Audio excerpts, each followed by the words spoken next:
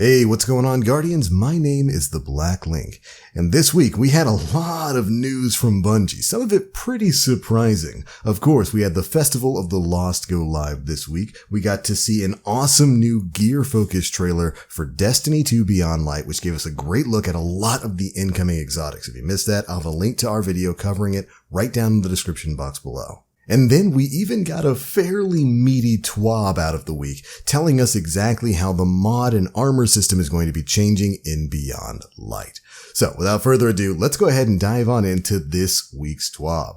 Now, first things first, the thing I know most of you care about the most, cipher decoders. Well, Bungie has addressed the cipher decoder drop rate issue. They did push out a hotfix a few hours ago. It should be live right now. They say that it should make the drop rate a bit more fair when it comes to those. I've seen some mixed reports. People are definitely reporting that they're dropping more often, but it's still kinda stingy. It looks like the harder the activity you run, the better your chance of getting them. So if you're like running Nightfall or deals, you got a better chance of getting it than if you're running patrols. But the drop rate either way should be increased right now, and you should hopefully be getting more of those for completing activities anywhere in the system. Good luck with your grinds, Guardians. But now that that's been said, I hope you all are having a lot of fun with the Festival of the Lost, gathering candy, getting masks, and all that kind of good stuff. But one of the biggest questions going into Beyond Light was of course going to be surrounding the changing sandbox. How is armor going to change? How is glamour, transmog going to work? How are weapons going to change? Well, this week, we got a fantastic bit of information about how mods and Armor 2.0 are going to work in Beyond Light. In a section titled Mod Modifications, we got to hear about some pretty crazy changes that are going to be coming to the game. And some of these changes may just completely swap up the way you make your builds. Let's go ahead and get into it. First up, we've got energy type requirements. This is one of the biggest things people have complained about since Armor 2.0's inception. But here's the change Bungie's going to be making. All of the weapon-oriented armor mods, for example, hand cannon loader, fusion rifle ammo finder, etc., have been changed to be any energy type.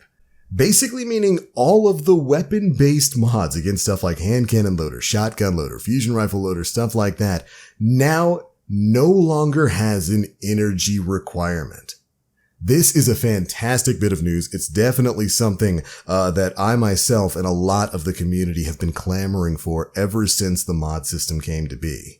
It was just so weird how they kind of hamstringed your builds a little bit when it came to access for these mods based on, whatever the elemental affinity of that armor piece was. If you didn't have the arc gauntlets, you couldn't equip the shotgun mod or stuff like that. Very happy to see Bungie is removing that. But they also go on to explain that as a result of this above change, all arc charged with light mods will now activate their second perk if you have any other arc mod equipped on the same armor piece, or if you have any other arc charged with light mod socketed in any other armor piece you're wearing. And of course, they're doing that to make sure that they don't break the activation requirements for the arc charged with light mods. Anyways, this is a fantastic change in my opinion. It's really going to open up people's builds. But that's not where the good news stops, because next up we have enhanced mod rebalancing. All mods that have an enhanced version of that mod, again, for example, enhanced hand cannon loader, have had the base mod's efficacy increased to match that of the enhanced version of the mod. And as a result of this change, those enhanced mods have now been deprecated, and the base mod's energy costs have been adjusted upward slightly, but still lower than the equivalent enhanced mods, in order to, balance out the fact that your base mod is now going to be giving you the same benefit that the enhanced mod would do. They also go on to note that some mods have moved to different slots to create more competition for mod sockets across armor pieces. For example, the fast ready mods have been moved to the arms socket, and I think I'm perfectly fine with that change. Essentially, Bungie is making enhanced mods cheaper and more accessible and deprecating the lesser mods. Really what they're doing here is they're getting rid of the enhanced mods, but they're making it so that the base mods do what the enhanced mods do. Great change if you ask me, and it's really going to clean up the UI for the mod screen. Moving on from there, we've got some changes coming to raid mods as well. Starting in Season 12, The Last Wish, Garden of Salvation, and the upcoming Beyond Light raid armors will now drop with a 5th dedicated armor mod socket that is exclusively for the mods related to that raid. Last Wish and Garden of Salvation armor acquired prior to Season 12 will not have this dedicated armor socket, but will still be able to use mods related to that raid in the new Legacy Armor mod socket. Basically meaning if you have raid gear for Last Wish and Garden of Salvation that you acquired prior to next season, so basically all of the raid gear you've got right now, it's not going to have access to this new additional 5th mod slot. So you're going to have to regrind those raids to get that armor back. But basically moving forward, those raids, Last Wish, Garden of Salvation, and the upcoming Beyond Light raid, which may be the Deepstone Crypt or something like that, we still don't know yet. Moving forward, that raid armor in Season 12 and beyond is going to have a 5th additional mod slot, which is fantastic news if you ask me. It sounds like we're going to have the ability to really make some super powerful builds by adding in additional raid perks to all of the other mod slots that we've already got available on stuff. I like the way it sounds. But that's not the end of the news for this. Anti-Taken mods from Last Wish will now only function in the Last Wish raid. Anti-Hive mods from the Leviathan raid will be deprecated, and Anti-Fallen raid mods from Scourge of the Past will also be deprecated. And I know that hurts for a lot of people out there who have those Anti-Hive and Anti-Fallen mods because they're pretty much universally good right now. But I understand why Bungie is deprecating those. Because essentially you could only get those from like those few raid activities. That was pretty much the only place you could get them to drop. And they gave you a universal boost all across the game. So, not everybody could run the raids. Not everybody could get access to them. So I understand why Bungie is basically moving to deprecate those. And when it comes to anti-taken mods, it's the same thing with Last Wish. I'm perfectly fine with Bungie saying, hey, okay, these anti-taken mods drop in Last Wish. We're only going to make them usable in Last Wish. Basically, you're not going to get any kind of benefit for it outside of the raid. I think that's a pretty fair trade-off for something that not everybody had a chance to earn.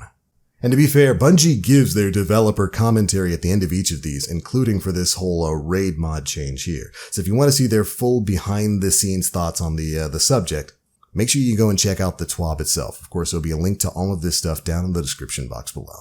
But alright, moving on from there, we've got one more section of mods to talk about, combat mods. All armor released in Beyond Light in Season 12, all Last Wish and Garden of Salvation armor acquired starting in Season 12, and all Armor 2.0 exotic armor pieces, including those already possessed by players, will have a new combat style mod socket. In Season 12, this socket will accept all Charged with Light and Warmind Cell mods. I repeat, in Season 12, this new combat style socket will accept all Charged with Light and Warmind Cell mods. This is huge news, even if this wasn't applying to like normal legendary armor. The fact that this is applying to exotic armor is unreal. You can already make some pretty crazy builds in the game right now. Being able to add in a lot of the Charged with Light and Warmind Cell armor mods to your exotic builds is unbelievably good. Super happy to hear about this. They also go on to state that all Armor 2.0 acquired during Seasons 8 through 11 have had their seasonal mod sockets replaced with a single, unified legacy mod socket that can socket all Charged with Light mods, all Warmind Cell mods, all Nightmare Hunt mods, and all Garden of Salvation mods, and all Last Wish mods. So basically, Armor 2.0 acquired from Season 8 to 11, which is the previous couple of releases, Forsaken and Shadowkeep, up to Beyond Light, up to basically Season of Arrivals right now, is going to have what's called a legacy mod socket that can basically socket anything but the new stuff that's coming in Beyond Light. Really happy to hear about that. Fantastic changes when it comes to these mods. Really happy to see what they're doing with exotic mods there. We've needed that for the longest time. Very happy to see that. Very happy to see that we're going to be getting some additional mod sockets when it comes to raid armor. It's another good incentive for people to actually run the raid, and just good stuff all around from Bungie. But that's not all we have to talk about today. In another section titled Burn Bright New Light, we got to hear about how the new player experience is going to be changing come Beyond Light. And thankfully, I'm really happy that they're making this change, because I don't know if you've started a new account on Destiny 2. If you're a new player, the new player experience isn't great. You go through that initial story mission, and then you're just dumped in the tower with no direction or idea of where to go next to play the story. And so, to smoothen out that experience, starting November 10th, players will start in the same way that most Guardians have. A ghost will be on the hunt for their Guardian, they'll stumble upon you in the Cosmodrome, and they'll revive you for the first time. What's different now is that you won't immediately find a ship and be taken to the tower. Rather, you'll stumble into another guardian in the wild. And that guardian's name is Shah Han. Not a big fan of the name, by the way. But anyways, he'll be on a mission with his fire team to investigate what the Hive are up to in the Cosmodrome. He'll be there to kind of show new players the ropes and help you find your way among the gameplay and systems of Destiny 2.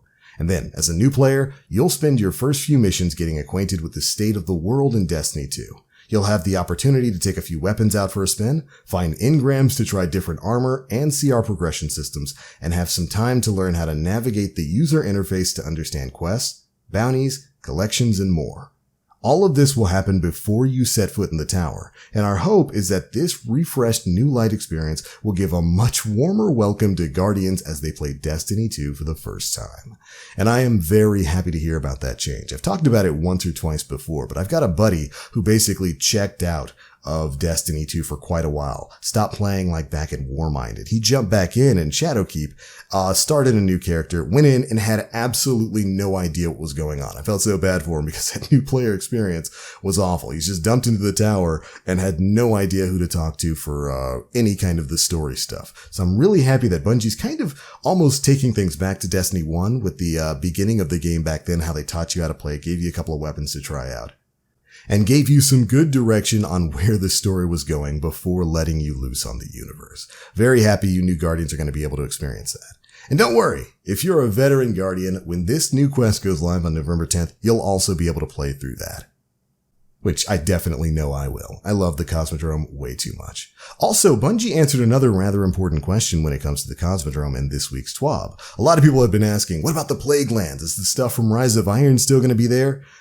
No, the Plaguelands is going to be quarantined and locked off as per the Vanguard's orders, but you will find a lot of familiar areas in the Cosmodrome, as well as some new stuff like some lost sectors and some other secrets. Can't wait to see what Bungie's going to be hiding there. But alright everybody, that's pretty much it for the biggest bits of news to drop in this week's TWAB. There is another Bungie art show going on right now. You can take some spooky pictures of your Guardian, or you can do some IRL stuff like carving a pumpkin, building out cosplay, or drawing some Festival of the Lost themed art, and then tweet it at Bungie with the hashtag FOTL Art Show for a chance to win some great in-game emblems for the season. And of course, in classic Bungie fashion, they've also got a fashion show going on specifically for your in-game Guardian. So again, you can go anywhere and take a nice picture of your Guardian in a spooky setting with the hashtag FOTL Fashion Show. Send it to Bungie on Twitter and you have a chance of winning the special Levante's Prize emblem as well.